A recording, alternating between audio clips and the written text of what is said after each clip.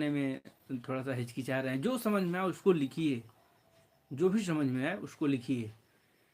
मन में कुछ ना कुछ तो चलेगा ही, तो उसको लिखने में क्या दिक्कत है, उसको लिखिए, उसको कहिए।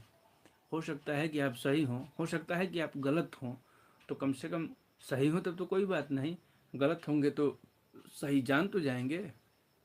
इसलिए कहना बहुत ज़रूरी है। देखिए, दिन होता है कर्म करने के लिए, मैंने इसीलिए इशारा दे दिया था, कर्म प्रधान विश्व करी राखा।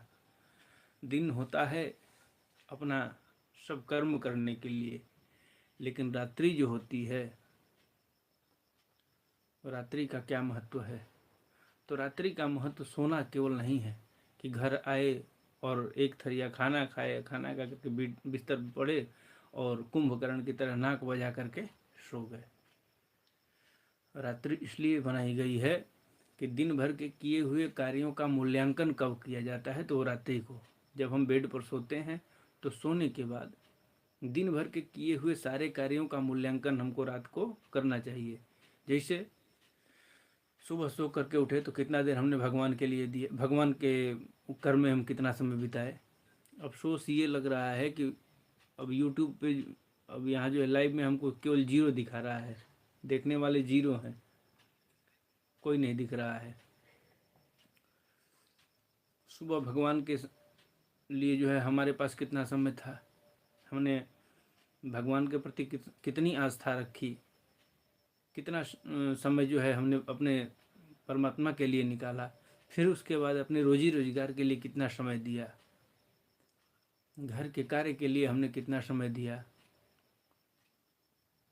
उसके बाद किन किन से मेरा व्यवहार हुआ, तो किसको मैं उल्टा बोल दिया, किसको मैं सही जवाब दे दिया, किसको उलुल जुलुल बोला, कहीं मेरी बोली से किसी को ठेस तो नहीं पहुंची, कहीं मेरे कार्य से किसी को ठेस तो नहीं पहुंची।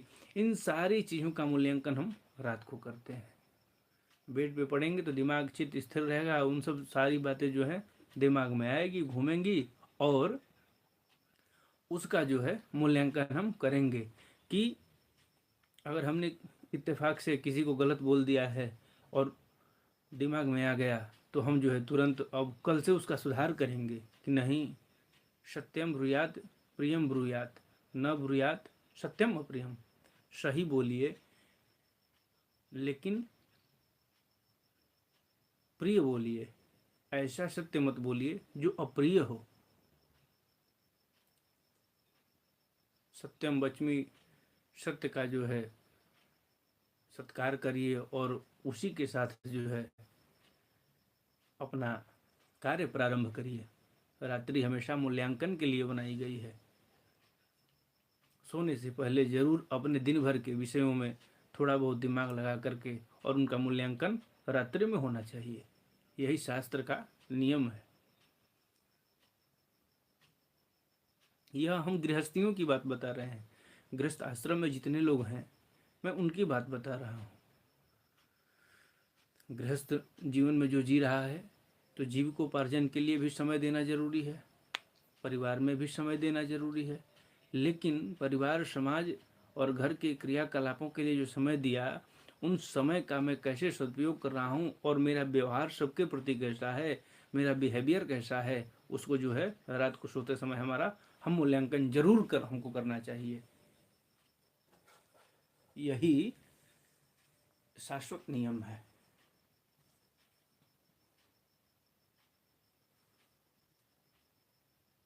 अब भगवान जो है बता रहे हैं, कह रहे हैं, शायद 5 लोग जुड़े हुए हैं। 6वें महीने में बुद्धि आ जाती है जीव के अंदर।